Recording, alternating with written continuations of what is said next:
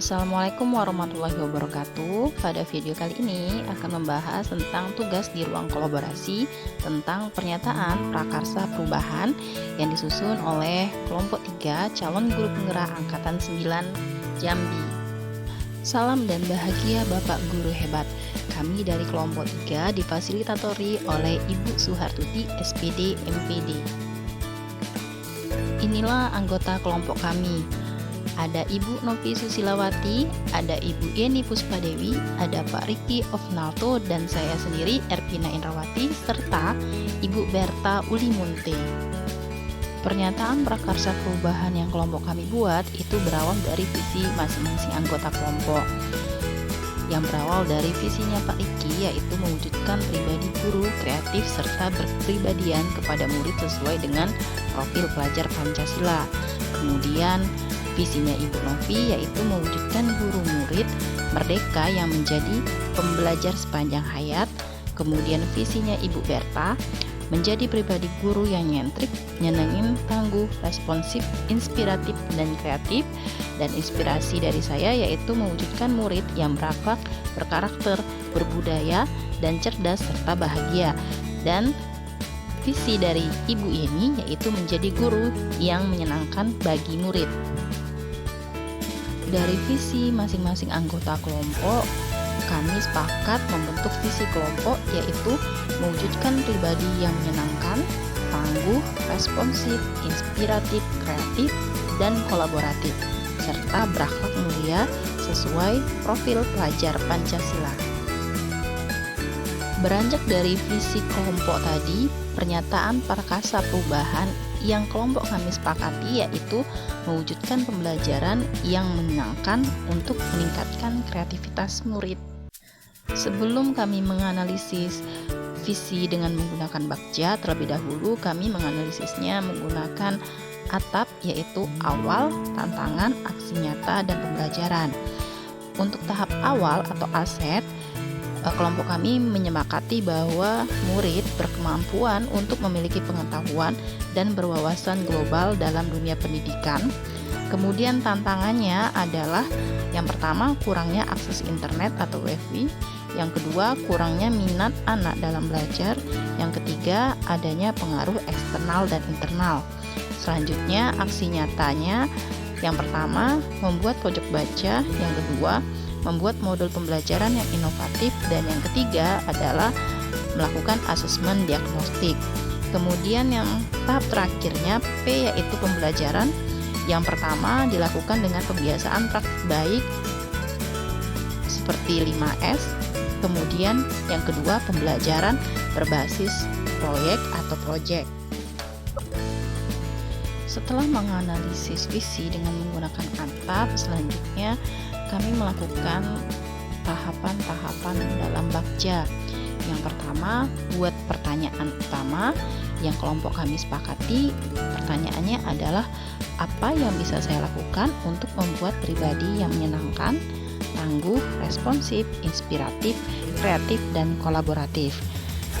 Kemudian tindakan atau penyelidikan yang perlu dilakukan untuk menjawab pertanyaan tadi, yaitu yang pertama, guru yang perhatian dan komunikatif kepada murid. Yang kedua, menjadi guru yang ramah atau berakhlak mulia. Yang ketiga, menjadi contoh atau teladan bagi murid. Yang keempat, menjadi guru yang humoris, memiliki sikap yang dinamis. Yang kelima, menguasai materi. Dan yang keenam, memilih teknik mengajar yang bervariasi, adil, dan bijaksana dalam memperlakukan murid. Tahap yang kedua dalam bakja yaitu ambil pelajaran. Dari ambil pelajaran ini kami membuat beberapa pertanyaan. Yang pertama, apa pengalaman dan aktivitas menyenangkan yang dialami murid? Yang kedua, situasi apa yang dapat dilihat dalam pembelajaran yang menyenangkan? Yang ketiga, apa manfaat dari pembelajaran yang menyenangkan? Kemudian tindakan atau penyelidikannya itu ada yang pertama, meminta murid untuk menceritakan atau menuliskan pengalaman belajar yang menyenangkan. Kemudian yang keduanya, meminta murid untuk menuliskan atau menceritakan keterampilan yang sudah diperoleh atau didapat dari pembelajaran yang menyenangkan. Tahapan yang ketiga dalam bakja yaitu gali mimpi. Pertanyaan yang kelompok kami sepakati yaitu yang pertama, apakah kebiasaan-kebiasaan baru yang saya bayangkan terjadi bila mana terwujudnya menjadi guru yang menyenangkan, tangguh, responsif, inspiratif, kreatif, dan kolaboratif bagi murid. Yang kedua, proses pembelajaran seperti apa yang membangkitkan kreativitas murid sekaligus menyenangkan. Tindakan atau penyelidikan yang dilakukan untuk menjawab pertanyaan tersebut yaitu yang pertama, menguasai materi, menerapkan berbagai strategi belajar agar terciptanya pembelajaran yang menyenangkan.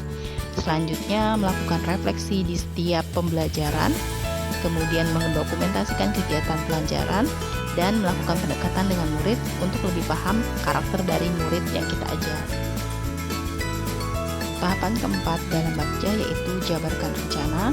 Di sini kami mensepakati pertanyaannya adalah yang pertama, apa langkah paling sederhana atau langkah pertama yang bisa dilakukan menjadi pribadi yang menyenangkan, tangguh, responsif, inspiratif, kreatif, dan kolaboratif. Yang kedua, apa langkah-langkah untuk menyiapkan pembelajaran yang menyenangkan dan menumbuhkan kreativitas murid. Nah, di sini daftar tindakan penyelidikan yang disepakati yaitu yang pertama, meningkatkan kesadaran diri dengan cara melakukan introspeksi, menentukan prioritas, mengembangkan empati, dan berkomitmen pada pertumbuhan pribadi dengan disiplin. Yang kedua yaitu membuat daftar pembelajaran yang menyenangkan dari hasil survei. Yang ketiga yaitu menyiapkan sumber atau media pembelajaran yang akan digunakan ketika saat mengajar. Tahap yang terakhir dalam bakja yaitu atur eksekusi. Di sini kelompok kami menyepakati bahwa pertanyaan dibuat adalah siapa yang mengarahkan dalam membantu saya dalam mewujudkan guru yang menyenangkan, tangguh, responsif, inspiratif, kreatif, dan kolaboratif bagi murid. Yang kedua yaitu bagaimana agar perwujudan menjadi guru yang menyenangkan, tangguh, responsif, inspiratif, kreatif, dan kolaboratif bagi murid bisa terlaksana dengan baik. Tindakan atau penyelidikan yang perlu dilakukan untuk menjawab pertanyaan tersebut yaitu yang pertama, yang mengarahkan atau memantau adalah kepala sekolah dan rekan sejawat. Kemudian mengajak rekan sejawat untuk berkontribusi dalam kegiatan, menyusun program pembelajaran yang menyenangkan. Yang keempat, melakukan refleksi di akhir pembelajaran. Yang kelimanya, melaksanakan pembelajaran yang berpusat pada murid. Yang keenam, menciptakan pembelajaran yang menarik, kreatif, inovatif, dan memahami karakter murid dan membimbingnya. Selanjutnya, mengembangkan rencana tindak lanjut. Dan yang terakhir adalah menjalin hubungan komunikatif yang baik dengan semua warga. Demikianlah paparan dari saya tentang hasil diskusi pernyataan prakarsa perubahan yang melalui analisis lewat atap, aset, tantangan, aksi nyata, dan pembelajaran, dan dari visi kelompok untuk mewujudkan pernyataan prakarsa perubahan. Kami melakukan manajemen dengan menggunakan bakja, yaitu buat pertanyaan utama, kemudian dilanjutkan ambil pelajaran, selanjutnya gali mimpi, jabarkan rencana, dan yang terakhir adalah atur eksekusi.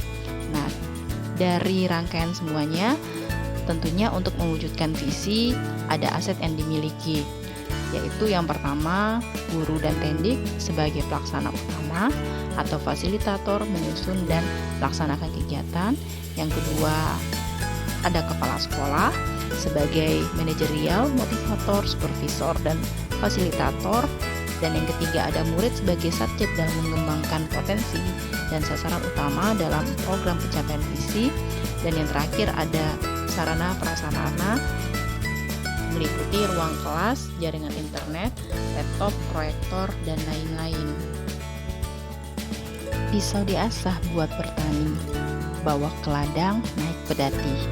Selesai sudah paparan ini, semoga dapat memberi arti. Biru laut seperti kolam, ikan paus pandai menyelam. Dari hati yang paling dalam, saya tutup dengan salam. Assalamualaikum warahmatullahi wabarakatuh.